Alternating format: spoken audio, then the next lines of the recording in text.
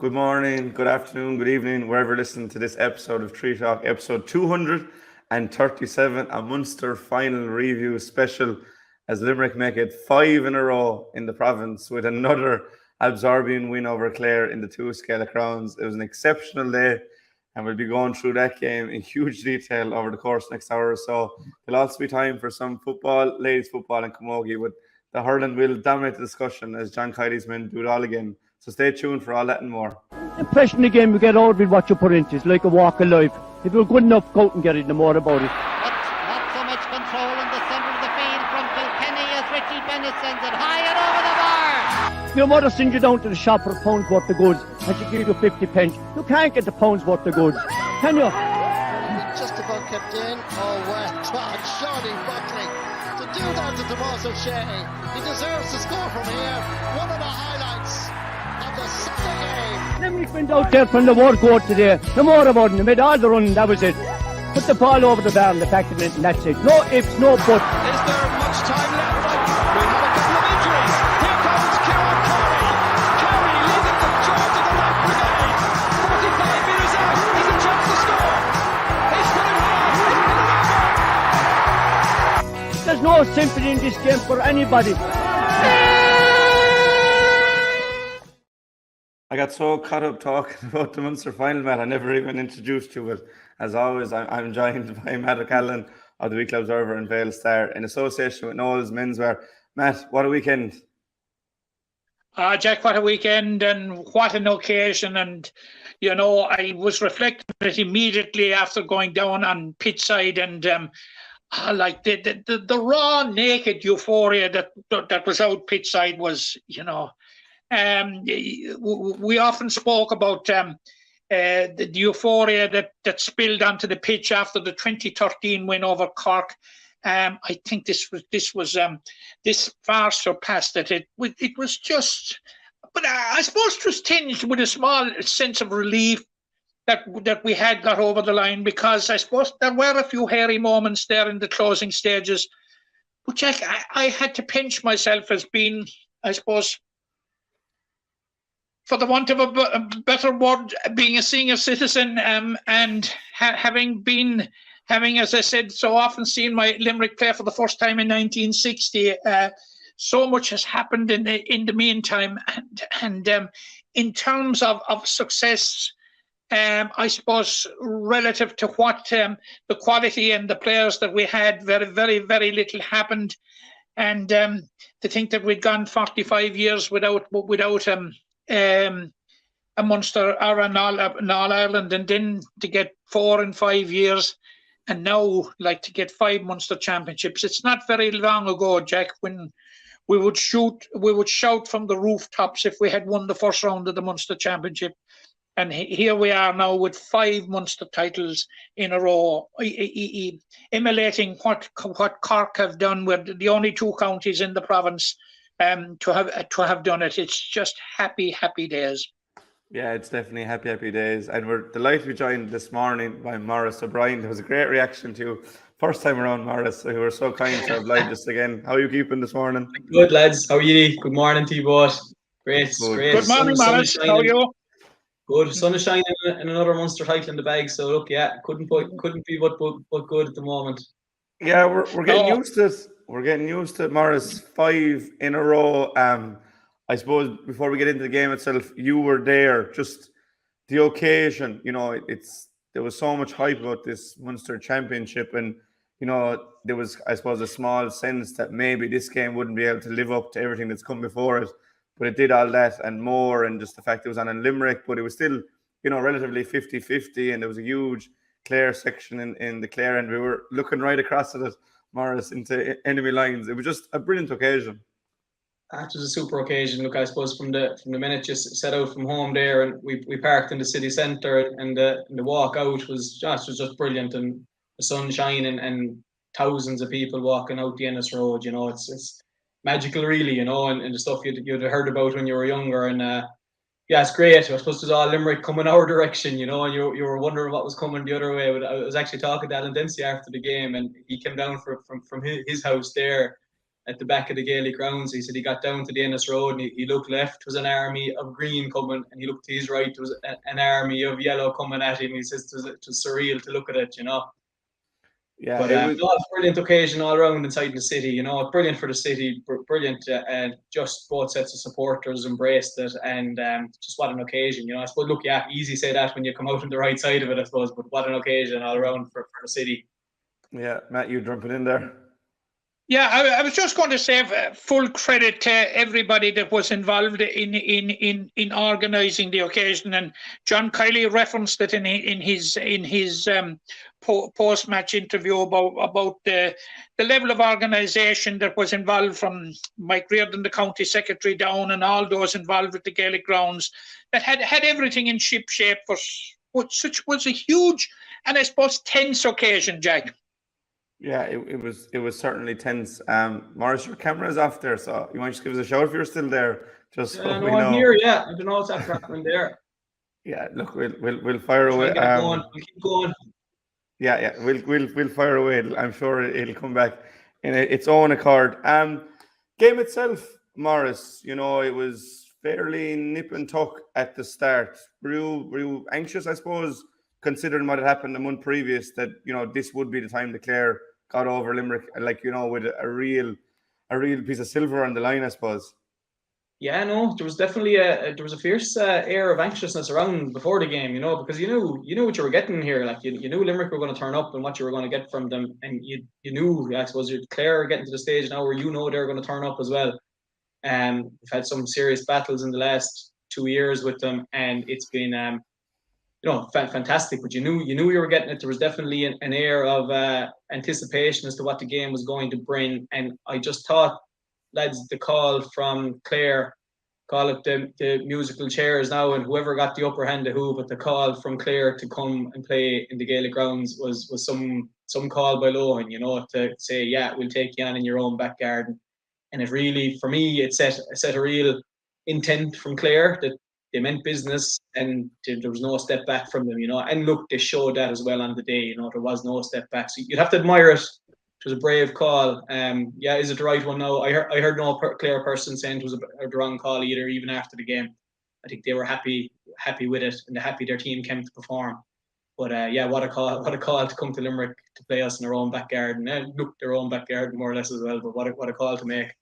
Yeah, I know it is Limerick's home venue, and the players are familiar with it, but Clare will be so familiar as well. We were talking to Owen Brennan last week, and he said if they're playing challenges, they're in the Gaelic grounds. So I don't think that the venue played any part. It seemed fairly 50-50. If it was 55-45, that was it, max. You know, the Clare fans really, really brought everything, and there was never any fear that they wouldn't. But I suppose coming out of the game, one major talking point was at the very end, you know, and the Peter Casey hit on Tony Kelly, and I think it might have been Will was the final man to put in the tackle. But overall, in the grand scheme of things, I think there was calls that went either way for both sides over the course of 75, 80 minutes. I'm talking about Mike Casey getting a yellow that kind of curtailed him for a bit, and Garrod got a yellow, you know, for I don't know what really, and there was a few O'Callaghan that he didn't get. So I think it'd be very unfair to go on one decision for the outcome of a game like that.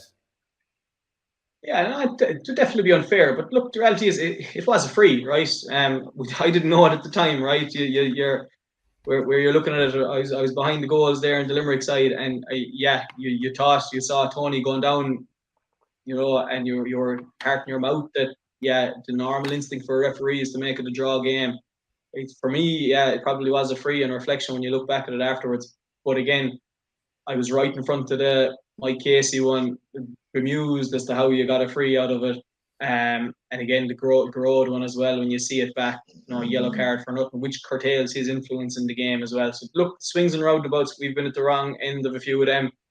Jesus, the day they go with you, you have to be happy as well, you know. So, but again, swings and roundabouts in the game, I'd say, probably we certainly didn't get the upper hand in it, nor I wouldn't be complaining about the ref either. But these that's the way it rolls, isn't it? Yeah, it is. I suppose I thought first half that it kind of went in Clare's way. In the second half, maybe a bit towards Limerick, so even it out. Matt, your green glasses on at half time, Jack, you see. Yeah, the players were in my eyes in the city. And Matt, what was your take, I suppose, on that final minute and then in the context of the overall game?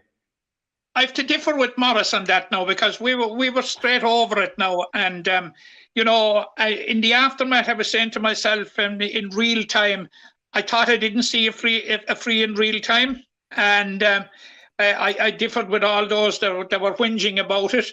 And when I saw it back, I still don't see. I didn't see where the free was, to be honest. And you know, I'm not wearing green tinted glasses now, Maurice, as I've been accused in the past. But you know, I'm putting myself into the referee's position. He was coming down. He was coming into a cauldron. Like the build up to this year's Munster final, in my view, was like no other. And you had the whole narrative then of Clare coming into Limerick, and if anything, that heat pressure on Limerick. Now, actually, I was speaking to 𝘕𝘰𝘦𝘭𝘴 before the game, and I just threw down that subject with him, and he said to me, he said there was no talk at all in Clare, or no dissent at all in Clare about coming into the play in the Gaelic grounds. But the referee's position, I thought you know, it was a very, very difficult game. He was coming into a cauldron. You had, you know, as you said there, look at one side and you had a whole bank of green, this side a whole bank of yellow. And I thought overall he handled the situation well. Now, maybe there were one or two particular incidents where you might take issue with it, like the Mike Casey card and indeed the 𝘠𝘰𝘷𝘦𝘭𝘴 card for that matter. But I think he feared, you know, that he wasn't going to allow anything to develop that would allow the game to boil over. And I think his use of the advantage rule was very judicious, and I think he applied it quite well. But overall, I would have no crib with the referee. Now, I'm saying that from a position of we've won the game by 1 point. There has been controversy about the final decision, and it went our way. But I would take issue with Maurice that was a free. Yeah, I don't know. But look, doesn't that say it? Like we've the I suppose the privilege of watching replays of it there now and discussing it. Is it a free? Is it not a free? And different opinions. You know, the referees to make it a split decision. 44,000 people all baying for the decision to go their way in the, you know, dying seconds of a huge game. You know, that tells you how difficult refereeing is, guys. You know, we are here this morning debating, is it or is it not? Like, that's a split second decision. And some of them will go your way, Matt, and some of them won't, you know, and you have to accept it, like, you know, that's the way it is. You know, we've plenty days there now, and I've heard plenty of Limerick supporters in the last 2 years saying that everything's going against us and the referees are turning and we're not getting the rub of the green, you know. And look, we got the rub of the green, call it whatever way you want to. I feel we got the rub of the green, and you know what? Isn't it great? You accept it when you get it, and when it doesn't go your way, you have to take it on the chin then on the other side of it. So, but that'll tell you how difficult refereeing is, Matt. We're here debating, was it not 3 days later, you know? Yeah, absolutely. John Kiely made the point in his post-match interview afterwards when he was asked about that very thing about whether it was a free or not, and he referenced back the situation in the 2019 All-Ireland final. All-Ireland semi-final with Kilkenny, when we were obviously deprived of a 65 right at the death. And basically what he said, you've just got to suck it up and get on with it, you know. And I suppose that is the situation. I agree totally with you on that. And if memory serves me correct, I think John's post-match interviews after that where we had enough opportunities during the game to win it and we didn't take them, and he took it on the chin that day as well. Yeah, no, that's right. Absolutely correct, Maurice. Absolutely. John was very great feat, in fairness, in 2019. And like, to be fair, there's obviously on Twitter you're going to hear a lot of it, but I don't hear Brian Lohan come out or they declare players themselves saying it. And it's interesting there, you talk, John Kiely said you just have to move on and deal with it. For Clare, like, you know, there is that precedent from last year where they gave it all in the Munster final, came up just short, and they got past Wexford, I think it was, but when they got to Kilkenny, they were burnt out, you know. Yeah. Like, can you see a similar thing happening for Clare this year now? I actually think they're a better team this year. I think they've a couple of additions. Ed McCarthy back fit, Dave McInerney in great form. I think they're a better team now than they were this time last year. I think they're better equipped. They're a year further down the line. They have last year's experience as well. They left themselves down in All Ireland semi-final day last year. The only day they left themselves down last year, and I would say there's a huge intent from them to get themselves back to that day, and because they're in front of them now, Kilkenny in All Ireland semi-final, one hurdle, get over the way, and because they're in front of them to right that wrong for themselves. And I think I see them getting there, and I see it being a huge Titanic battle. I don't see what happened last year happen to them, but again, beating Kilkenny in a semi-final, 4 in a row Leinster champions. You saw last year they took us to the pin of our collar in an All Ireland final. So getting back to the final is no easy task for them either. But I think they're better equipped this year. Yeah, I'd agree with you, but I think a lot of people are kind of writing off Kilkenny. We will get to the Leinster final in a bit, but on the game itself, we talked about the referee decisions and stuff. For me, the biggest difference between the two teams was Aaron Gillane, and we had a lovely view of it in the second half, especially for that goal. But like the forwards for Limerick, to be fair, didn't perform that great. I know Tom Morrissey got 3 points, and so did 𝘸𝘪𝘵𝑒, but they kind of came in spurts when really needed. For the first hour or so, Aaron was unbelievable. Now, it was a bit naive from Clare. We'll get to that, but how good was Aaron on Sunday? I thought it was just a real standout performance from him when you needed it. I thought he was excellent. Just led the line. His movement, his showing for ball was just phenomenal. His first touch then when it was delivered into him was unbelievable. I thought it was a real, when you needed a guy to stand up. And in fairness to this team, every day somebody stands up, right? Be it Burns, be it Flanagan, whoever. But on a Munster final day, Gillane stood up really tall yesterday and shone bright. And look, he was on, I suppose he got a break where his old arch nemesis wasn't there with him, so it was a day where he had to come out then and show his worth. They've had some battles down through the years, so they have. So look, Aaron was probably delighted not to see him, because they've had some battles, and he does have a handle on him, to be fair. But Aaron, I'd say, was happy man not to see him trotting out to him on Sunday. But what a performance from him, yeah. Yeah, and we'd get to the structure of the Clare defence. But I think even if Conor Cleary was there, he would have really struggled with Aaron, because everything stuck. And what, Aaron, he's brilliant touch and he's a great hand. But sometimes when a man is on you, drop those balls. But everything that went in stuck. Everything he shot went over, and he could have had a second goal. But even the way he took his goal, it was just a player at the apex, on Munster final day. And I don't think there was any marking him, whatever he did. Well, I thought he was sensational for the way Clare allowed it, though, Jack, right? He was sensational, but I think there's a communication breakdown there where he's, I suppose, move on to it, but I think there's a communication breakdown there. Was Keelan Nolan calling his centre back when he saw all those big pockets of space in front of him? You have to be really vocal there when you're in a one-on-one situation side in the full back line, that you have to protect yourself, protect your team by getting cover back into those pockets. And that wasn't happening. So is it a communication breakdown? Would Cleary allow himself to be caught in there one-on-one, ball after ball after ball? I don't think he would. And if Cleary was in there, allowed himself that kind of space, he'll get reddened as well. But I don't think he allows it, because he's cute enough, he's there long enough, he's vocal enough that he'd have support back, he'd have Conlon back, he'd have one of his halfbacks, probably Conlon, sitting a bit deeper, sitting in those pockets of space, cutting that supply line off a bit more. So I thought that was the real thing. And defending is huge. Communication in your defence is just massive. You take a big linchpin, your fullback, communicator, leader, out of it. You could see the cracks then developing. It wasn't just the one-on-one battle. It was what he, I suppose, orchestrates, how the defence rotate and all that.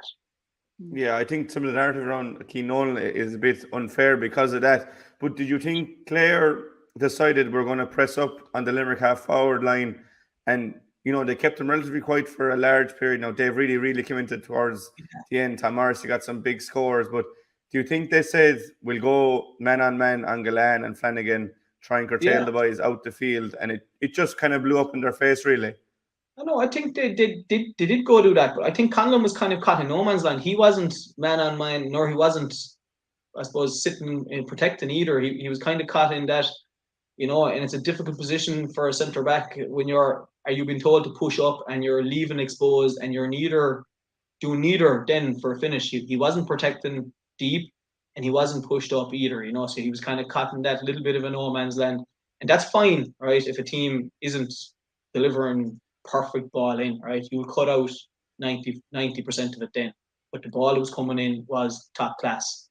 And if you look at the goal even, right, it was Reedy, right? Conlon's man on the ball. Was it Conlon even after him at that time? That'll tell you the pocket of space that's sitting in front of Gillane when Reedy has the ball and you're just outside the 45 delivering a diagonal ball like that. Yeah, you can't leave your fullback exposed in that situation. It just can't happen. Yeah, far too exposed. Matt, firstly, on Aaron Gillane, you've seen a lot of great performances from this Limerick team. Where does his performance rank for you? Oh, it ranks right up there with the best. I think on the day that Gillane was unplayable, irrespective of who he was marking, whether it was Cian Nolan, I think Conor Cleary would have had a difficulty the afternoon with Aaron Gillane. Even were he there, but I agree totally with Morrison about how Cian Nolan was exposed. But I would have, and I agree totally that I thought I would have seen more in terms of protection of a rookie from the like of John Conlon and David McInerney, because I can only just imagine, well, Limerick to bring somebody in out of the blue, left cornerback or right cornerback, how he would be protected from those around him. And that certainly didn't happen for Cian Nolan on Sunday because he was exposed so often. And we can talk all day about the merits of he being selected, and we can talk all day about the merits of he being left on or not for 50 minutes. But certainly, I think those around him, as Morris has rightly pointed out, have got to take a certain amount of responsibility, because as he has rightly pointed out, the pocket that was in front of him, the space that was there for Aaron Gillane, like to work in, basically it shouldn't be happening in a Munster final. No, I'd say on the selection thing, Matt, and I wouldn't have I heard a little bit of a narrative that you have two cornerbacks there in Shane O'Morey and Flanagan to come into that role. But I would say that's picked on form, and you'd have to say credit to the Clare, I suppose, management team to pick on form. And yeah, it was a ball to come in. He was, yeah, but if you're showing form and training, you're entitled to your opportunity. So I'd say fair enough.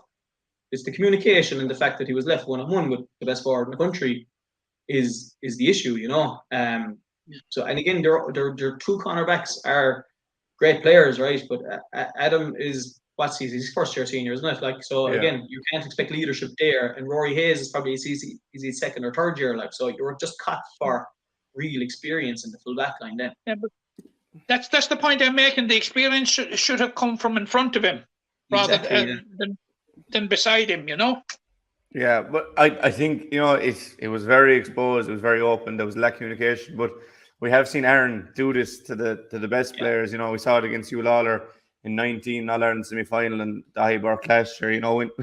When he gets going, it's very hard to stop him. And then for Aaron, that he obviously got tired towards the end and Shane O'Morey came on, but really important from Limerick that, Adam English came on. It was his championship debut, got a lovely score, was unlucky with another, and Carl O'Neill came on and got two that even without Cian Lynch and without Sean Finn, that there's still boys delivering, from all over the field. And those are two lads that played 20s last year. Colin Coughlin came on the last 2 days. That this team, it's starting to get a freshness again, because, a lot of these boys have been there throughout this entire journey. But there are some lads just popping up. Graham Mulcahy has been around for 15 years and he got his start, and Dave Reedy now has won 6 Munsters. That you mentioned it with Gillane, it's not always the same faces, but important that, the likes of English and O'Neill really made their mark in the cauldron that was the Munster final. Yeah, wasn't it brilliant to see a couple of new faces? And was Adam English's first touch of the ball over the bar in going down the straight, real pressure, So that'll tell you, I suppose, confidence he has to take that shot on, and it was fantastic to see it. Fantastic to see the new faces. Great to see Coughlin coming on there and the trust in him there to throw him in there wing back for the last 20 minutes of the game like that, and that shows the faith, and it's brilliant to see them beginning to break through there now, and you're developing that squad panel. And again, a couple of younger guys there, I suppose, coming on. Shane O'Brien is also in the background there as well. So there's huge talent coming. But geez, I was delighted to see Adam take on that shot and first touch the ball in championship hurling to do that. Jesus, that's the future hold for him. Brilliant. Yeah, and then conversely, then with Colin Cock coming on, Kyle had to move into the middle, and we would have said Declan Hannon is so key to everything good about Limerick as an anchor defence. But I thought Kyle was phenomenal there, and you obviously had him at number 6 in 2017, and there's pros and cons to playing him there because he obviously can't get as forward as much, but if you need an anchor of defence, he is the next in line to Declan. He's excellent, and the options are great there. You saw Dan coming out centre back there, I suppose, and he went back in the last day as well, but Dan can hold that centre back role well. Kyle can hold that centre back role, so it's brilliant to see that flexibility, and look, we need that, because Declan's kind of picking up, I suppose it's nearly something slightly different every day, he's not getting the full 70 minutes out of himself, and going down the straight, you'd like to hope he'll get that. I think we'll need it from him, and keep that structure. But Jesus, throwing Kyle in centre back for the last 20 minutes of a Munster final, that's a fair luxury and bringing on another monster alongside him and Colin Coughlin. There's many teams can do that, so it's just the depth is brilliant and needed. Yeah, and talking about that depth, and you played Munster Championship, you played Leinster Championship, and it's hard enough to win one game, but to win 5 provincial titles in a row in a place like Munster, where you have 5 really good teams every single year, will an achievement like that ever really be fully appreciated? It's such a hectic nature to the hurling calendar. When would you be able to sit back and say that was actually incredible? Jesus, I think you can do it now. I think it's a phenomenal achievement. Let's look at the Munster Championship for what it is right now. It's probably at its peak of its ever because of the round robin nature. We've 11 games, right? Versus before you could win a Munster Championship winning 2 games. Now to win a Munster Championship, right? You have 5 games, right? 5 titanic battles. Right? You can afford a loss, which we took it on the chin, right? But to come back from it then as well. So I think it's just a phenomenal achievement to do it. Now we've done it both ways. The COVID years where it was the old style knockout championship as well, and we did it that way. But between how was 3 of them were round robins, I think, were there of the 5? 3 round robins, yeah. So that shows a huge consistency, guys. And it's I think it's out achieves anything in the Munster Championship seen previously where you could win a Munster. And look, Kilkenny down through the years in 4 in a row won now as well. But how many Leinsters and Kilkenny won where you used to get a bye into that semi-final and it was 2 games and you had a Leinster Championship? Whereas this is, I think winning a Munster Championship in this era is just off the charts. It's fantastic. So I don't think that I think that achievement of 5 in a row now way outweighs anything before, just out of the structure that we have and titanic battles. And how many times has there been in the past where a Limerick ourselves weren't at it for years? Clare weren't at it. You've Waterford weren't at it. Fairness to Tip and Cork, they're usually at it, right? But you've all teams at it now, right? Waterford maybe a little bit off, but you have a savage Clare team, Cork coming, Tip coming, Limerick there. You've as Munster champions have never been better, and to win it and win 5 of them, it's just a phenomenal achievement. And I know you'll talk that structures down the line and the conversation will happen in a couple of years, but Munster Championship has to be protected at all costs because it's just is the gift that keeps on giving. Yeah, and I'll get to you in a while about your about the 5 in a row. But while we have Maurice, we might just jump to Leinster, Maurice, because obviously that plays a huge role in the championship as well. And it was definitely shadowboxing in the round robin between Galway and Kilkenny, but we saw more of what those 2 teams are about. And Kilkenny are never beaten, I think, is the key thing to take from that. But what was your overall summation of that game, in terms of if you had a pecking order, you've Limerick won, but do Kilkenny go ahead of Clare, or would you still have Munster ahead of Leinster going down the line?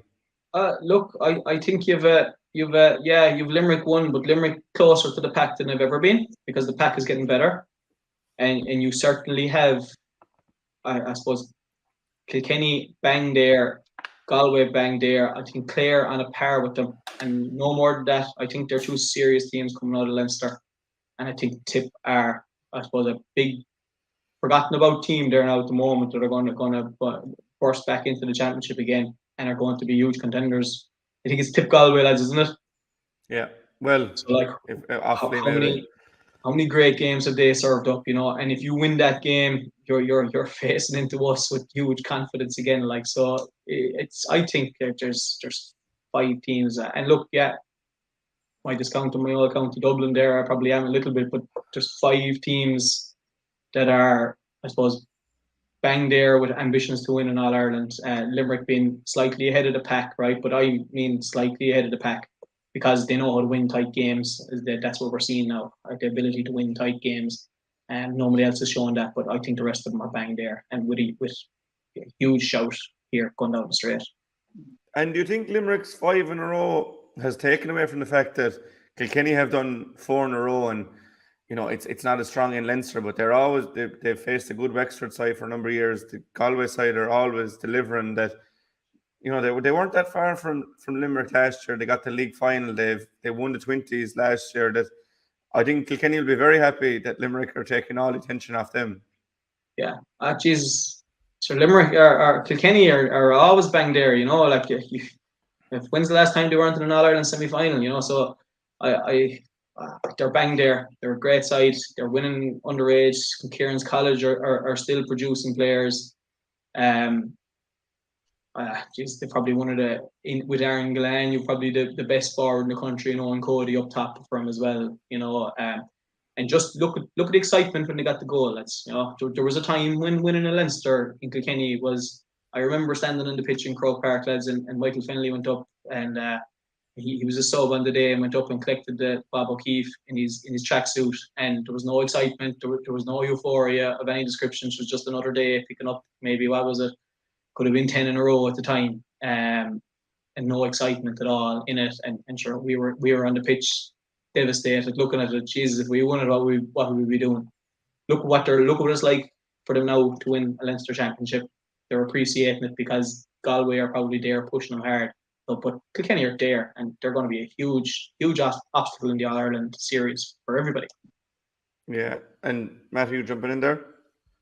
Yeah, I agree basically with Maurice's analysis there going forward of what of the All Ireland series landscape. But I'm just wondering a small bit about Dublin, and I'm wondering about the impact of the defeat on Clare, Maurice, and Dublin are going to have the benefit, and I presume that they will get over Carlow. But Micheál, I don't know who's doing a very, very good job in Dublin, and I'm just wondering, may Dublin be a bit of a banana skin for Clare? No, they definitely are. Right, I suppose when I say discount them, are they capable of producing a performance to take down any one of the teams that are there? They certainly are, and they have a top forward in Donald Burke who's shooting the lights out every day. So they have the capabilities of taking down anyone. I suppose for me have they the capabilities of taking down 3 of them? I suppose going down the straight. I don't think they have, but have they ability taking down a big name? Right, then that's Clare now facing them. They do. Yeah, Clare would want to be ready for it. Micheál Donoghue, she's an All Ireland winning manager coming. He's one of the best forwards in the country. There, Yvonne O'Donnell. They're building a nice team. I suppose they've lost the Chris Crummies and the Liam Rushes and Conor O'Callaghan's, but they're building a new team really. And it's coming along nicely for them. Getting out of Leinster was huge. But there's a freedom there now with Dublin. They've got out of Leinster, right? That's probably the objective for the season. Get out of the Leinster Championship, so it's a real free hit for them. And they won't fear taking on Clare. I can guarantee you that they'll have a right rattle at it. And just reverting back, Jack, to the Munster final, and we focus pretty much on the inclusion and allowing Cian Nolan to be on the field for 50 minutes, but. I don't know the circumstances, but the taking off of Aidan McCarthy, I don't know if he was injured or whether if it was tactical, but I think if it was tactical, I'm not so sure that it was the right move, because in a tight situation, you want to ensure that one thing you need to ensure is that your free taker is on the money. Now, it's pretty widely known that Tony Kelly doesn't like the free taking duties, and he missed one or two, and you wonder, was that another one of the decisive moments in the final? Yeah, no, you'd have to say it was. You know, he's a dead-eye free taker, Ed McCarthy. Now, it wasn't rolling for him from play, so I can understand why the call was made. But yeah, in hindsight, you'd say, yeah, but look, they also had Peter Duggan on the pitch, who's I suppose a recognised free taker as well. They took him off also. That was the one I found strange as well, because they were playing. It was kind of a bit of an aerial bombardment for the last 20 minutes, and I saw Aaron Shanahan getting ready, and you're like, oh, here it comes again. But the surprising part I found more so than David McCarthy was Peter Duggan was taken off for Shanahan. So I thought just the way they were playing, the way they were going about it, it was bombing ball down the middle, bombing puck outs down the middle. It was tailor-made to leave Duggan in there with Shanahan. And yeah, you need your free taker as well, right? So, but again, they fate Tony, right? So look, he missed them, but yeah, you'd say he's not, I suppose, not comfortable in the freeze maybe. But again, yes, if you're turning around to your number 2 free taker and it's Tony Kelly, I can understand why they'd make the call. Yeah. Yeah, and I'm not saying Tony Kelly is a bad free taker, but he doesn't have the same level of consistency in free taking that Aidan McCarthy had. And yeah. For Aidan McCarthy's shortcomings in open play, I would have thought that it would be absolutely essential that you maximised everything from dead ball situations in a game that was, right from the start was heading to be very, very tight. Yeah. No, I agree. It was a little bit strange, Matt, to be fair, definitely.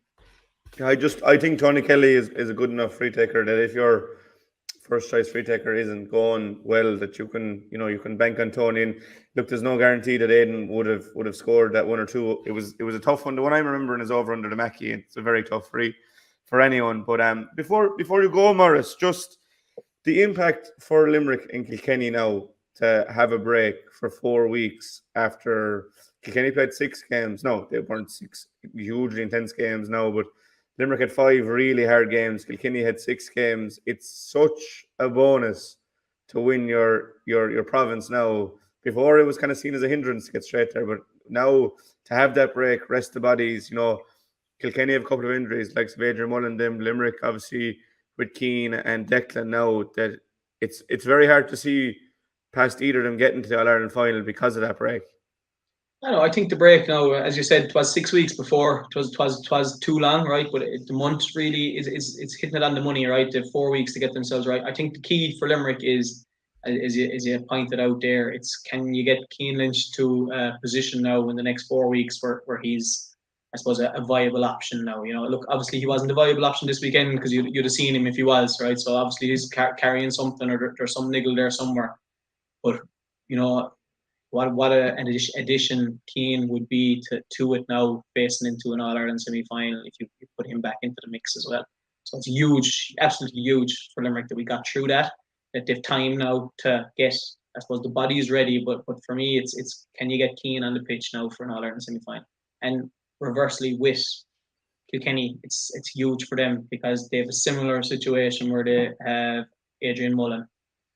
All accounts, he's I suppose on target or close enough to being back for All-Ireland semi-final stage, and what an addition he'll be to them now that they're secured into a semi-final. So 2 big players there for I suppose one of each to come back into it, and it's huge that they're there while everyone else now can have a hop off each other for the next 3 weeks, that they're sitting in the wings priming, getting themselves ready, getting a rest. So it's massive. Winning the Munster Leinster now is massive for the break. Yeah, Matt, you were jumping in? Yeah, I agree. I agree totally with Maurice on that analysis. But the one reservation I would have about it is that their opponent, Limerick's opponents in the semi-final, may be Tipperary, who will have 2 good games under their belt in the meantime, and will have a bit of momentum and will still have a fortnight to prepare for the All-Ireland semi-final. And we know the importance of momentum going into big games. Yeah, no, definitely. But I think we have it too, Matt. I think we have good momentum there. You know, you've a serious block there put down in the last 6-7 weeks. You know, and I think the experience on our side. You know, we're going to turn up, right? So like, there's no fear there. Limerick are going to turn up and perform on a given day. So that's a certainty now, right?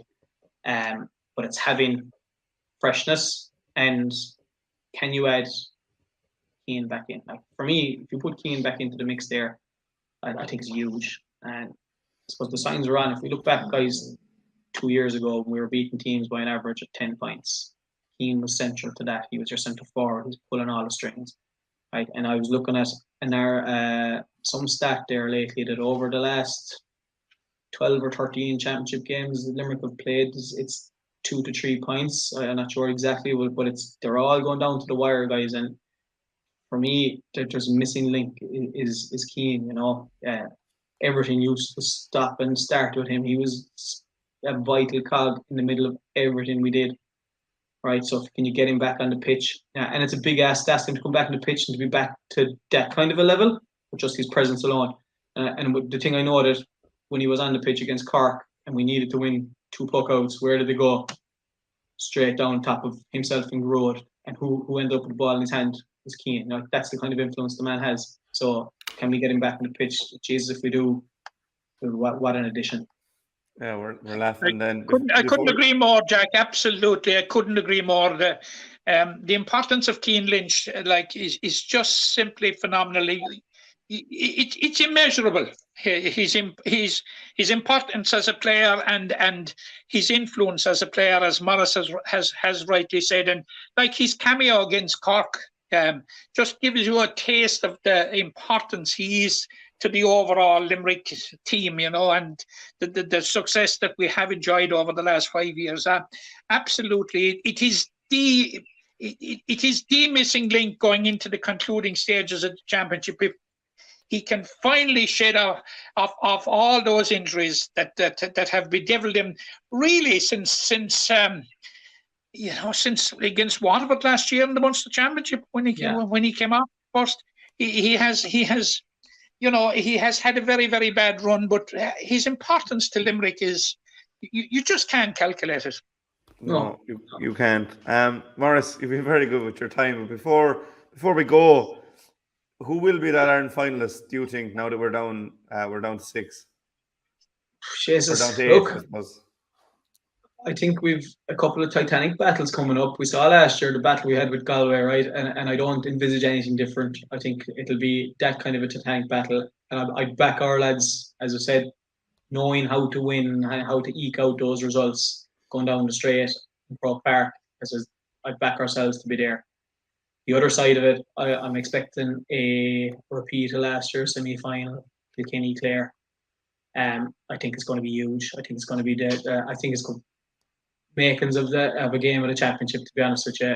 I think Clare is coming for redemption, and as much and all as I wouldn't like to see them coming again, I've a funny feeling we'll be looking at Clare in a final.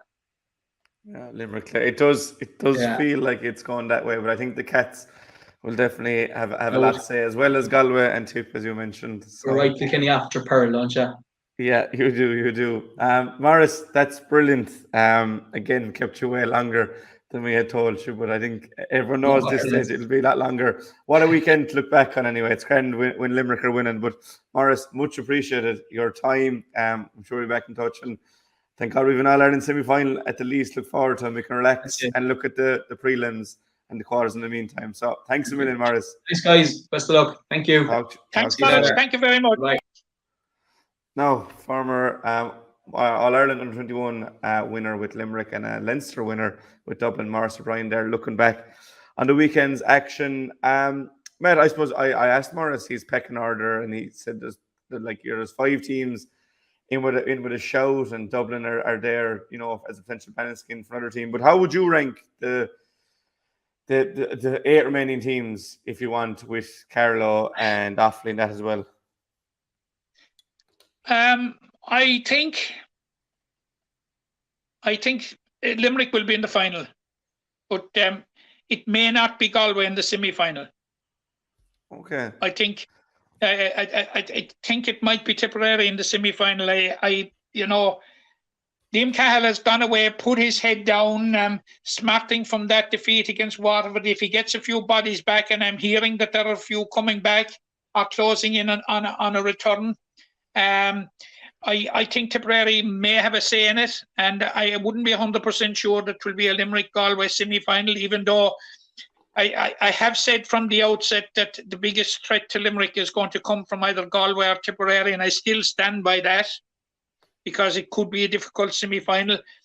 Now, on the other hand, I'm just wondering how Clare are going to pick themselves up after the defeat in the Gaelic grounds. Because if you look back, last year's Munster final after extra time, lost this year's Munster final by a point, they would say that they lost it in controversial circumstances, that maybe the game should have gone to extra time had Tony Kelly got that free and what have you. I think Dublin is a banana skin for Clare. But they would probably get over it. And if they get over it, I'm not so sure they'll get over Kilkenny. I'm looking at Limerick and Kilkenny again. Yeah, I'd be the same as you. I think if Galway and Tip are on the other side of the draw, we could be looking at one of those. But I don't think they'll beat Limerick, and I do think Kilkenny have enough for whoever comes down their way. I just can't see Limerick and Clare again this year. I think that's that. Even though it's written in the stars that they'll meet again, for me, I don't see it. But then again, looking at my Munster predictions, I was completely wrong. I said Cork and Waterford to join Limerick, but we did get the Limerick. 2 years ago, Jack. 2 years ago, it was written in the stars that Waterford and Limerick would meet in the Munster and All-Ireland finals. We know what happened. Yeah, we know exactly. We know what happened.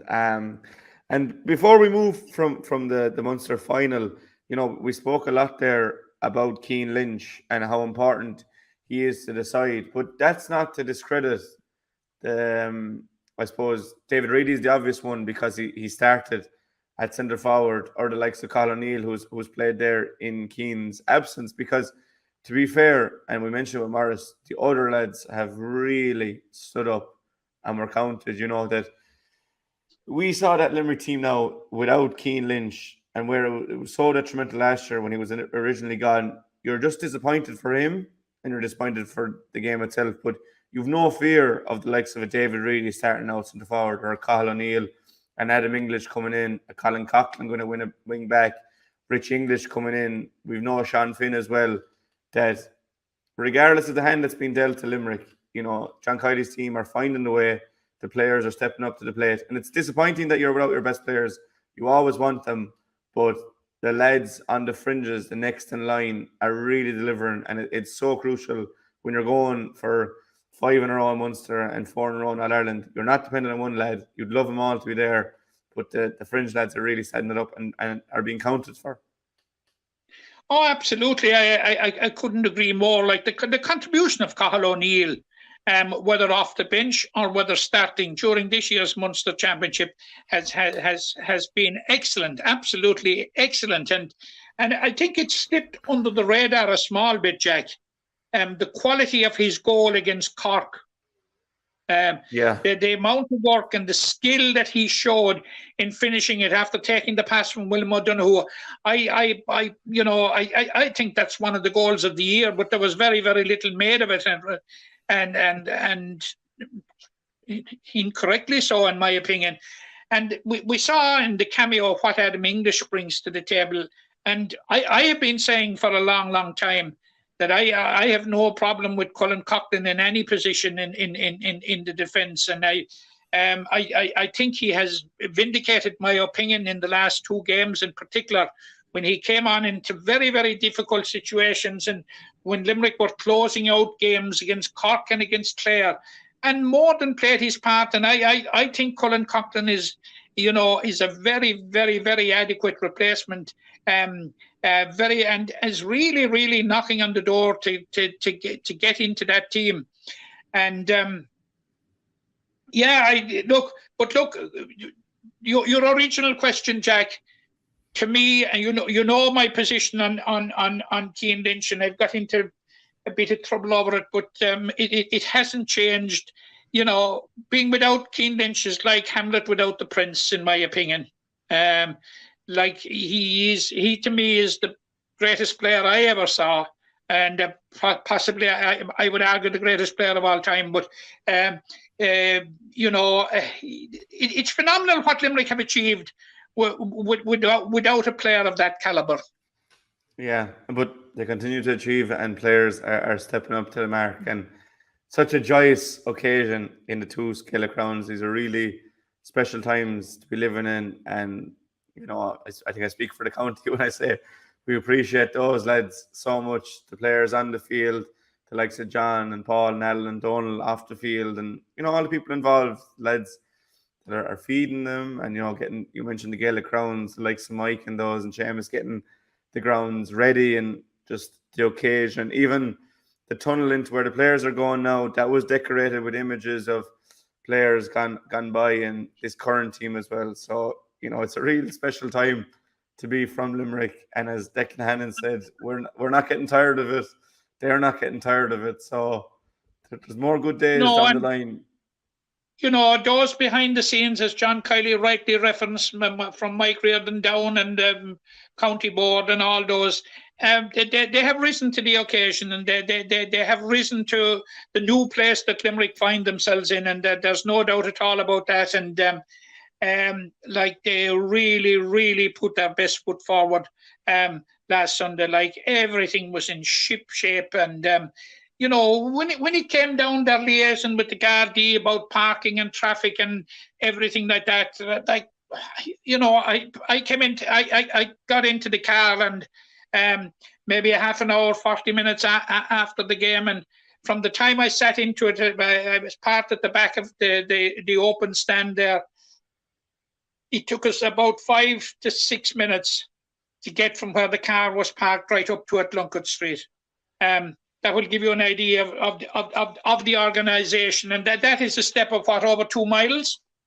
So like everything, you know, worked like clockwork in the stadium, around the stadium, in the stadium precincts, and in with regard to parking and everything. You know, it made what was a special occasion a very special occasion. Yeah, and I suppose it's the last big Munster hurling game for the year in the two Skellig Crowns. But what a way to conclude the Munster Championship with Limerick, 5 in a row. I said I'd come back to you on that, Matt. Like, but sometimes, Jack, we would be arguing, and I suppose it's a bit of parochialism that's in us all. Like, why such and such a big game isn't done in the Gaelic grounds? But I think the Gaelic grounds and everybody connected with send out a message loud and clear. We are here. We can handle the best. And they will be handling another big game at the weekend when Cork and Mayo meet in what's a very, very important Sam Maguire Cup group stage. It's the final game of the group stage. So, you know, it won't be near as big a crowd, but there will be a big crowd there to handle. And we saw how the Gaelic grounds handled the All-Ireland semi-final between Kerry and Mayo in the past, but certainly I think the logistics and the organisation last Sunday was absolutely second to none, and a credit to everybody. And we're proud we're Limerick. Thank God we're Limerick. Thank God we're Limerick is right. But you did mention the football at the weekend, and obviously there's a huge game for Limerick as well. They're in Tailteann Cup action. They host Laois at 3 o'clock this Saturday in the two Skellig Crowns, and we caught up with Pa Ranahan during the week to look forward to that game. Now, Pa, Tailteann Cup quarter-final this weekend against Laois this Saturday, 3 o'clock in the two Skellig Crowns. What's your overall reading of the game, I suppose, 3 or 4 days out? It's 50-50, to be honest with you. I was looking at the preliminary quarterfinals last weekend, and no matter what way you kind of saw it, especially with the way the draw, you couldn't meet teams that you'd already played in the group. No matter what way you looked at it, it was going to be a good team coming through out of it. Did I think Laois were going to beat Fermanagh? I didn't write them off, but you'd have gone for Fermanagh, especially that Laois had to travel up there, and it's never easy to go up to the Ulster counties and come away with a win, especially for men at home of such a good record. And for them to do that, it's impressive. So it's a game that Limerick can win. It's a game that Limerick have at home in the Gaelic grounds where they've played well over the last 2 years. So if you'd have said to Mark Fitz and the lads at the start of this competition, you're going to have a home quarter-final to get to an All-Ireland semi-final in it, they'd have definitely taken it. So it's just about turning up now and performing on Saturday. How hard would it be to, just forget about that Wicklow performance? It was a dead rubber, so it didn't really make much difference. But Limerick come into the game off the back of a loss, Laois coming in off the back of a win. So you do have to park that Wicklow result. Yeah, if you just take Laois, first of all, like it's their first win in the competition, which is mad. Like they had 2 draws and a loss in the group and got out of it and went up there and won. And you really can't put a figure on how important that is for a group to get a win. Especially, I can imagine that bus home and that dressing room afterwards, they were buzzing. Like I just think back to us in 2011 when we were having a desperate year and we played awfully inside the Gaelic grounds and nobody gave us a hope. And we won that match, and the buzz you get off of it. Like, I know Laois are going out now on their 3rd week in a row, and people will say they're tired. Yeah, but you're never tired when you're winning. That's the thing. So when they won last week, they'll be buzzing and training this week, coming down. It's a short trip from down the road. From Port Laois down to here, it's very quick, all motorway. So it's not like they'll be killed from that either. So they'll be buzzing for it. Limerick, on the other hand, they've had a very good Talteann up until the last round. We all know what that they probably took their eye off the ball there, travelling up to Port Laois with 1 or 2 changes. It wasn't wholesale changes, so it wasn't like the whole team was changed. There was still 12, 13 lads there who would be expected to get a starting place on Saturday. So look, I think Mark Fitz, you could see it in his demeanour after the game. He realised, and it's something that we've realised a long time with any Limerick football team. Like, if you're not on it on the day, like the margins of performance drop way off. So you'd hope that just the realisation on the day that it wasn't that important the game, that the attitude will be much different on Saturday. Because look, it is a huge game. You have an All-Ireland semi-final in Croke Park as your goal, as your reward, if you turn up and perform. And given the performance against Clare and Munster, against the very impressive performances against Longford and Carlow, you would hope that's the Limerick that are going to rock onto the Gaelic grounds on Saturday. Yeah, you mentioned there, but it's important to come into the games winning. But at the same time, does the loss to Wicklow and also Laois's kind of surprise win over Fermanagh refocus the minds for Limerick? It has to, yeah. Like, there's nothing like a loss to get the coaching and management and even the players to examine, okay, we need to get back to what got us to this level, and losses, you win or you learn, and you'd hope that they learned a lot from Wicklow, especially around, look, I've said it, it's just about the attitude. Like, when these lads go at it properly, and we've seen it over the last couple of years, what they're capable of. They have a few players back. I know Ian got back. Ian Corbett got a start against Wicklow. There might be a worry around one of the full back line for the next day, which is unfortunate because Laois's strongest line looks to be their full forward line. They have O'Callaghan, Owen Lowry, Paul Kingston up in their forwards. Laois have always had very, very good forwards. It's just, I suppose, they're coming in now. They didn't rack up a massive score against Fermanagh, but you're never going to, the way they play. So they're always very tight. Getting the win up there, you could see in their reaction afterwards from the highlights that were on the Sunday game. Like, they were buzzing after it. Billy Sheehan's probably lighting it up now inside and training about coming down to Limerick. Like, Laois will never fear Limerick. That's just the way it is. They could be losing every match the whole year and they'll come down expecting to win. But from Limerick's point of view, they travelled up to Laois last year in a really crucial game in the league, and they got a win there. Now, I know the Laois team is a bit different, but that Limerick team, a lot of those fellas are left, and they know they can do it. But it's one thing knowing it. They have to turn up now and perform. And you'd hope the Wicklow result was just one that gave a bit of a boot and a wake-up call to say, okay, lads, we need to get back to what it got us here. And I'm sure they will, because they had that's going to be a 2-week gap between that game and then this game. Matt, I'll throw it over to you there.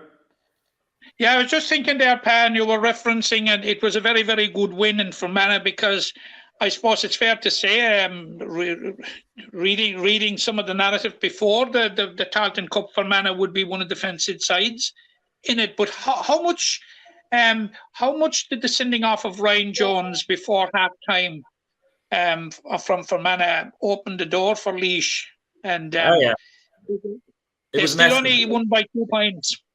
Yeah, and actually, when I saw that and I saw Laois were up at half time, I said, okay, that game is done now because they're down a man for the majority of the game, and they're down a couple. I think they were down. Laois were up 2 points at half time, and in that third quarter, then Fermanagh came out and just rattled off 3 or 4 scores and went up 2, and you're kind of thinking, okay, is that the end of Laois's kind of run at it? But I suppose it shows that they were anxious to keep in this competition. Like, they could have easily said, okay, it's just not running for us today. We've gotten the extra man up. We were leading and now we're behind. And I think Mark Timmins, who's starting to 37, like, so he's putting a lot of us to shame, still playing inter-county at his age, but he scored some vital goals from in recent times, and that gives him the boost. But yeah, having the extra man on a day like that with so much heat around the place, I was just reading, it was a very hot day up there. Like, it's a massive thing. And just coming back to our own side, like, discipline is going to be a crucial thing on Saturday, because looking through the Tailteann Cup, I don't know what it is. There seems to be a lot more red cards and black cards being dished out in the Tailteann than there is in the Sam Maguire. So I don't know what that's down to, but you just can't afford in the open spaces of the Gaelic grounds, especially, to be down a man, because it's hard enough to chase the ball down when you've got 15 and 15. But if you're down a man on Saturday, it's a massive pitch inside there. Like, it feels great when you have the ball inside there, but it feels desperate when you're chasing it. And to be fair to Limerick, they have worked over the last couple of years on getting possession of their own kickouts in particular, and like, that'll be a massive thing on Saturday again. And yeah, just come back to your point. Look, it was a great win from up there. They were helped with the extra man. Limerick certainly don't need to be helping them out with that scenario on Saturday. But Pa, you would have to say, I suppose, it was the one bright spark in what was to date a very disappointing year to date for Laois. Like, because I suppose starting off in the league, they were firm favourites to come out of Division 4. That didn't happen. They ran up against Dublin then in the Leinster Championship, and we know what happened there. And as you rightly pointed out, they didn't win a game in the group stages. So it's very, very hard to determine where Laois are at. And I take your point that there is no medicine like winning. And but, you know, they've had a very indifferent season. Not that we've had a barnstorming season or anything like that. Far from it. But like, we certainly seem to turn the corner when we faced there in the Munster Championship. Yeah, I'd agree with you around Laois. Like, they would have been definitely everyone's pick to get out of Division 4. Like, and they actually started, I remember, with they went up to Sligo and they beat them by 2 goals above there. And you were definitely saying, okay, that's the game now. That was the banana skin. But then I suppose they lost against Wicklow at home, and they went up to Leitrim and lost, and they lost out head-to-head then against Wicklow, getting out of the group. And that must have been a massive, massive blow to the group, especially after starting with a win in Sligo. And like you said, they had an early win in Leinster, and then they got they lost by 20, 25 or 6 points against Dublin. And then they came out in the Tailteann and they do what they did in the group stages, and then they go to Fermanagh. So but coming back to the last game they played was a win in a knockout game. And it's very easy to forget about everything else that happened before that if you're a player, because all you can see is that, okay, I'm buzzing now, we're on the road, we're one match away from. That's the thing that carried for both teams, is a day out in Croke Park, a double header with the Tailteann Cup semi-finals, which is, if you'd have said to me going into this, what's the aim for Limerick? What does a good Tailteann Cup look like for Limerick? I'd have said getting to semi-final would have been I know people say, okay, you have to win it if you're in it, but getting to semi-final would have been a massive thing, I would have said, to get to that level, to get to Croke Park again for this group after being there last year in the league final. Like, a quarter-final, being honest, was not the minimum, but it was what we expected of Limerick, having seen them over the years. But getting to a semi-final and winning that match on Saturday I would regard as a successful end to the season. You don't want it to end there if you get there, obviously, but it's a great opportunity. Look, they don't have to go on the road. They're at home on a pitch they're very comfortable with. They've played there loads of times over the last 2 years. They found a bit of form. There's players coming back. The likes of 𝘰𝘰𝘭𝘴 is back. You're just looking to turn up and perform. That's the thing, because you definitely don't want to end the year with any regrets. If you play well and you lose, you take it. But if Limerick play well on Saturday, I think the result will look after itself, I'd hope. And do you think the result will look after itself? Look, if they do what they like, the good thing about the system they've played, Jack, over the last 2 years is there's nothing fancy to it. Like, they try and keep their own possession from their own kickouts. They press the opposition's kickouts when they have it. They don't generally waste the ball. Against Clare was a big return to form. Like that game showed real, like, okay, this is the Limerick that we've seen in 2022, that we saw regularly in 2022, like that you could actually say there was consistency of performance. And that was there again against Longford and Carlow. I wouldn't write off the Wicklow game at all. You know, it is what it is. Didn't turn up and didn't perform. So that would have been a blot on the copybook. But it's a blot on the copybook that you can learn from. And I'm sure Mark Fitz and the lads will be saying, look, lads, this is what happens when we're not at it, when we're not tuned in. And the carrot being what it is of a Croke Park semi-final, an All-Ireland semi-final in Croke Park, if you're not tuned in for the match Saturday with that in mind, you never will be. And having the extra bit of experience back around the place hopefully will help. No, that was Pa Ranahan looking forward to this weekend's game, Matt. And I suppose, you know, this team has promised a lot. It was obviously a really good game against Clare and the 2 wins to start and then the last. But do you see them, just a prediction, can you see them getting over the line on Saturday and getting into a semi-final, which we had benchmarked as where they should be aiming for at the start of the year? I do, Jack. I think we will, notwithstanding the performance against Wicklow. And I'm just wondering about the frame of mind in the game against Wicklow because, you know, these dead rubber games, you'd wonder about the value of playing them at all. But I know in the circumstances, and I think at one stage Wicklow didn't want to play it, but certainly for the integrity of the competition, these things have to be played out. But in terms of the performance against Wicklow, for Mark Fitzgerald and his management team, Jack, it might be just a very, very nice and timely wake-up call. Like we were of the opinion from the start, even before the Longford game, when we spoke about it, and as you said there, rightly said, we were benchmarking it. Like we were saying that we were expecting Limerick to be in the mix in the last 4. So I certainly haven't changed my mind about that. I haven't changed my mind about that. Now, Laois were rank outsiders going to Fermanagh last Saturday, and they came away with a scalp because Fermanagh were one of the fancy teams in this competition, Jack. Yeah. And but the story behind the final scoreline was, of course, that Ryan Jones, the Fermanagh talisman, himself and Sean Quigley would be their 2 key players. Ryan Jones, a huge player for Fermanagh for the last, God knows how long, 7 or 8 years. He saw a red card before half time. So that should feed into the narrative. Now, look, we've got to have the utmost respect for Laois. They come in on a win, and a win away from home, and it will boost their confidence. But if you look back at their year, it has been very mixed, Jack. At the outset of the National League, we would have expected Laois to be automatically getting out of Division 4. Didn't happen. You know, so. Then they had the misfortune of having to face Dublin in the Senior Football Championship quarter-final and conceded 6 goals and 30 points. You know, they failed to win a game in the group stages. And it was only a Niall Corbett point in the very, very last minute that forced the draw with London. Other than that, they were out of the Tailteann Cup.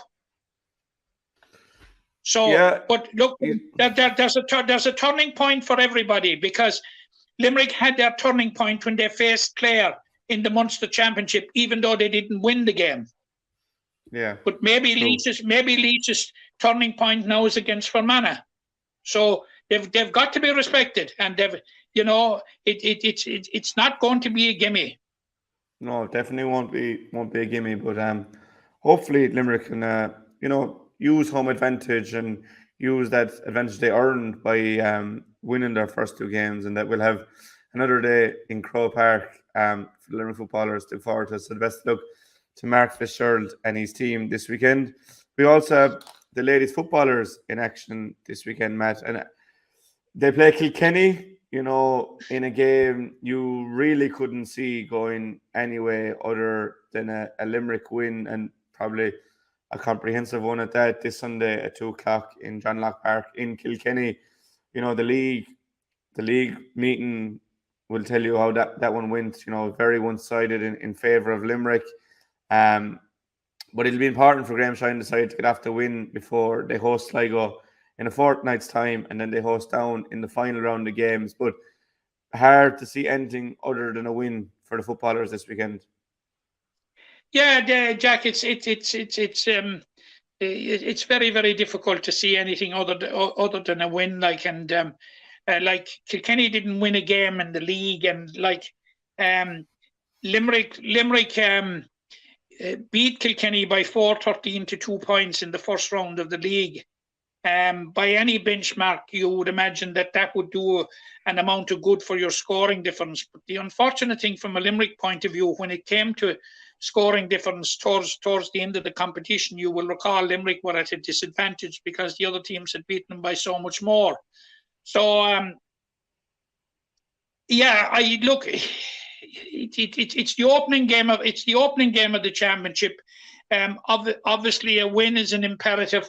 This is one of the ones you're damned if you do, you're damned if you don't. If you know, anything other than a convincing win for Limerick will be a disappointment, because for Limerick over the last couple of years, Jack, Sligo and Down are a bit of an unknown. So we'll be going into sort of virgin territory there when we'll be facing Sligo and Down. Now, we have the advantage, you know, for once, and I've spoken about home and away, and you've probably accused me of being obsessed about it in the past, but for once we have 2 home games. And on paper, at least, we have the easy game away from home. So I expect Limerick to win. I expect them, no disrespect to Kilkenny, to win comprehensively. Now, Kilkenny will obviously have taken learnings from the league, but the gap they have to close, Jack, is so great that I can't see anything other than a convincing Limerick win. Yeah, and I'm the same as you in that regard. It's hard to see anything other than Limerick win, and they should. That, you know, if you're going by league form, you know, and Kilkenny's form in any meetings with Limerick, it's hard to see past Limerick win, and that would be good for us to see Limerick win. So again, best luck to Graham Shinley's side. And also on the same afternoon, the hurlers or the Camogie team are out against Waterford in Cappamore in the second round of the championship. And you know, we had said about the ladies footballers will be really confident going into the game. This is one that Waterford will be heavily favoured for. Had a huge win over Offaly in the opening round. Limerick fell to defeat in Antrim. Waterford got to Ireland semi-final last year. They won the league. They're on the crest of a wave. Limerick are fighting to stay alive in the championship. Now, if results elsewhere go their way, they could sneak through in the final round. But conversely to the ladies football, Matt, this is a very hard game for the Camogie side. Very, very difficult game, Jack. Very, very difficult game. There's no doubt, and there's no sugarcoating it. It's on in Cappamore on Saturday at 2 o'clock. And your analysis is right. This is a repeat of last year's All-Ireland quarter-final, which was played in Thurles, which Waterford won. But not after a very spirited performance by Limerick, particularly in the second half, and after being reduced to 14 players just on the call of half-time. But Limerick suffered a heavy defeat to Waterford in the league, and as you rightly pointed out, they went on and won Division 1B very, very, very convincingly, and they had a convincing win over Offaly. No, they had a landmark win over Cork in the Munster Championship, Jack, in the quarter-final. Yeah. And like, you know, all the pointers at that stage was that they were going to go on and win the Munster Championship. But nobody told Tipperary, who gave them a bit of a beating now in the semi-final, a very, very emphatic beating actually in the semi-final. So, like, but as I said, there's no sugarcoating it. This is a difficult game for Limerick. And just to put it in context, were Limerick to lose this game, and were Antrim to beat Offaly, or even draw with Offaly, Limerick are out of the championship. That is the stark reality. And were Limerick to lose to Waterford, they're going to be into a make or break game with Offaly, away from home, and that will be the second time this year that Limerick will have been confronted with that situation with Offaly. But this time it's away. It was in Mick Neville Park in the league when Limerick had to win to stay afloat in the league, and they did it. And no, that was an encouraging performance on the back of a poor league performance when you lost Antrim and you lost to Down and you lost all over the place. I thought that was a I was at that game, a convincing performance, much improved performance. I thought I saw more of the same in the first round of in the Munster semi-final, but they just couldn't dig it out in the second half against Clare. Now, from what I'm hearing, it would appear that the second half performance in Antrim was very, very good. After a poor first half performance, but like what they will have to bring 60 minutes of something like that we haven't seen already this year, if they're to get over Waterford on Saturday, because after beating Limerick in the quarter-final last year, Waterford were very, very unlucky not to have beaten Cork in the semi-final. So there isn't a doubt on earth Waterford Camogie, despite that heavy defeat in the Munster semi-final to Tipperary, is very, very much up on an upward trajectory. And they crashed the top four in Camogie last year. And, they could be a permanent fixture in the top four for a few years now, because they're certainly going in the right direction, Jack. Oh, definitely going in the right direction. It's hard to see them not getting back to that stage, at least. But you'd be hoping for a Limerick shock this week in Cappamore. And you mentioned that performance in the relegation playoff as a while, but it wasn't really. But it was, against Offaly, that we were hoping for a response, because it was encouraging in Antrim last time out. So, hopefully that we can see some green shoots for the Camogie this weekend. 3 big games in the Tailteann Cup for the ladies footballers and the Limerick Camogie side. So we'll be hoping for more wins for Limerick, because we are getting very greedy in terms of Limerick successes, Matt. But before we do Jack, finish, and you know what, Jack? I don't apologise to anybody for it. Oh, you were long enough without. There's a statement about begrudgers, which I won't repeat on air. Yeah, and we'll finish up after this. But you've seen Limerick a lot longer than me. But even when I was growing up, you were celebrating a Limerick Munster quarter-final win, or you were celebrating a qualifier win, or even a good performance against the likes of Cork and Tip. And I remember in 2012 Limerick went to Thurles, and I think it might have been Shane Dowling's debut, if not his second year, and he scored a couple of goals, but Tipperary eventually reeled Limerick in. But hugely encouraging for Limerick that year, and the following year to win Munster, and then in 14 got to Munster final, and you're thinking huge upward trajectory. And at the same time the minor teams were coming, but there was a lull year in 15, 16, 17. And look at us now, Matt. 5 in a row in Munster. 2 games away from a 4 in a row in an All-Ireland. Like, can you sum up, your thoughts, from following Limerick for so long to where they are right now? You must be pinching yourself, not in the morning, but nearly every moment of the day. I am, Jack, and I am getting tired of pensioning myself now, but I'll repeat for the umpteenth time, Jack, that as a very small boy, I saw Limerick playing for the first time in the Munster Championship in the old athletic grounds in Cork. They were beaten by Tipperary 10-9 to 2-1, and I cried all the way from Cork to Glenroe, because for some reason I was convinced that Limerick were going to win.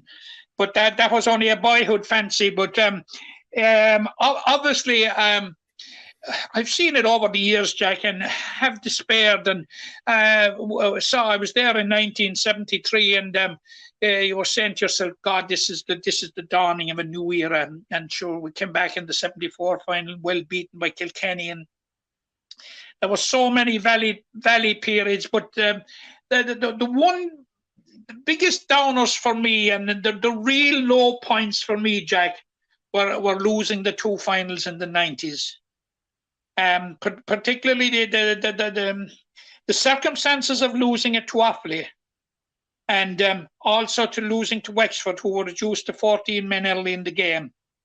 And I left Croke Park that day absolutely despaired, and I sort of looked back briefly, and I said to myself, I will never see this place again. That this is the end of it. We've as far as I was concerned, but that was the immediate aftermath of losing an All-Ireland final. I was despairing. But no, Jack, the answer to your question is I could never have imagined it. And as you rightly said, we celebrated winning a Munster Championship quarter-final. There were a number of years there when we didn't win a Munster Championship game at all.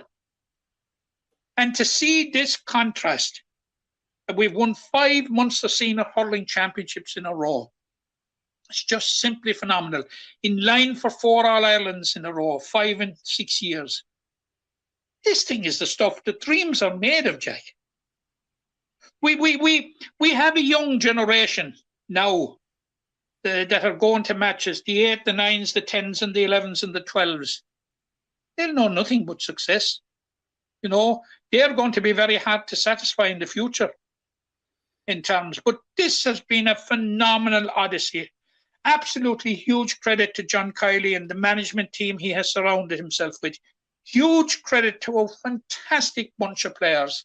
Absolutely a fantastic bunch of players who has bought into everything that their management has asked of them. This you talk about dreamland. This is it in terms of hurling. Yeah, don't wake us up for another while. Don't wake us up till the end of July anyway, when we're back in Croke Park, and hopefully can make more history, because every time you write about these players, it's a history they've made. And I suppose to finish off, a special mention to Nicky Quaid, Declan Hannon, Graham Mulcahy, and David Reedy. First ever set of Limerick men to win 6 Munster titles in a row. I suppose for Dave Reedy, his journey was a bit different because he went to Kildare and he was very young at that first stage, but he played his part and was immense at the weekend. But the other 3 boys, Graham Mulcahy came in 2009. Nicky Quaid came in 2010 in the middle of a strike. Declan Hannon the year after, only 18 years of age. And they've seen it all. They have seen the lowest of ebbs, and they're at the highest of highs now. I know. It's not 6 in a row, Jack. It's 5 in a row and 1 in 2013. Sorry, 6 overall, we'll say. 6 overall. You're getting carried away in the euphoria. The euphoria is over since Sunday, Jack. I know, yeah. I know we will enjoy this now until we're back in Croke Park in 4 weeks' time. But, players that have seen the lowest of lows and they're experiencing the highest of highs, all played their part at the weekend. And it was, it was nice to see all 4 of them start. It's rare enough they all start. So it was nice that they were all starting in the 2 Gaelic crowns. But huge credit to them, to John and his management team. I hope they enjoyed the couple of days, and I hope they enjoy their week as a whole, because I'm sure attention will turn fairly shortly to that 8th of July date in Croke Park, and I'm sure the Limerick faithful will be there in full support of them. But for now, we'll turn attention this weekend to the football, both ladies and men's, and the Camogie, and wish them the very best of luck. A huge thank you to Noel's Menswear, our sponsor, and I was in with the boys last Friday, and we got a support message out for Limerick with Brian inside there. So hopefully that went a long way in helping the boys on. To you, as always, Matt, for your contributions. To Maurice at the start of the show, and to Pa as well for chatting to us about the football. Hopefully another good weekend for Limerick. Hopefully another good few weeks for Limerick. And the club championships aren't too far away, Matt. So we'll be hectic enough for the next few weeks. But for now, that's us over and out for episode 237 of the Tree Talk podcast. Thank you very much, and we'll talk again soon. Impression the game you get out with what you put into it, like a walk of life. If you're good enough, go out and get it, no more about it. But not so much control in the centre of the field from Kilkenny as Richie Bennett sends it high and over the bar. Your mother sends you down to the shop for a pound's worth of goods and she gives you 50 pence. You can't get the pound's worth of goods, can you? Just about kept in. Oh, well, trot, Seanie Buckley. To do that to Tomás O'Shea, he deserves to score from here. One of the highlights of the Sunday game. Limerick went out there from the word go today. No more about it. They made all the running, that was it. Put the ball over the bar and the 𝘱𝘱𝘱𝘓𝘱𝘱 and that's it. No ifs, no buts. Is there much time left? We have a couple of injuries. Here comes 𝘠𝘰𝘦𝘭𝑴 𝘔𝘰𝘩 leading the charge of the 𝘕𝘰𝘦𝘭𝑴 𝘔𝘦𝘚. 45 metres out. He's a chance to score. He's put it home. He's put it over. There's no sympathy in this game for anybody.